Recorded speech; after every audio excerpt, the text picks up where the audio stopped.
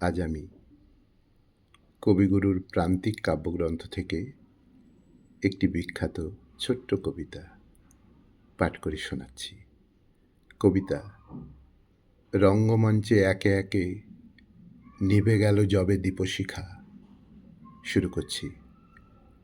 রঙ্গমঞ্চে একে একে নিভে গেল যবে দীপশিখা, রিক্ত হলো সভাতল, আঁধারের মসি অবলেপে স্বপ্নচ্ছবি মুছে যাওয়া সুষুপ্তির মতো শান্ত হলো চিত্ত মোর নিঃশব্দের তর্জনী সংকেতে।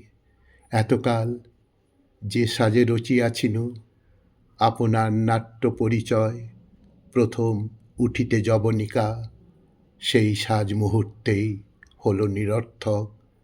চিহ্নিত করিয়াছিনু আপনারে নানা চিহ্নে, নানা বর্ণ প্রসাধনে, সহস্রের কাছে মুছিলতা।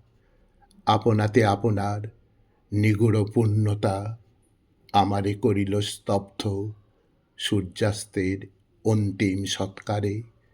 দিনান্তের শূন্যতায় ধরার বিচিত্র চিত্রলেখা যখন প্রচ্ছন্ন হয়, বাধামুক্ত আকাশ যেমন নির্বাক বিস্ময়ে স্তব্ধ, তারাদীপ্ত আত্মপরিচয়ে। নির্বাক বিস্ময়ে স্তব্ধ, তারাদীপ্ত আত্মপরিচয়ে।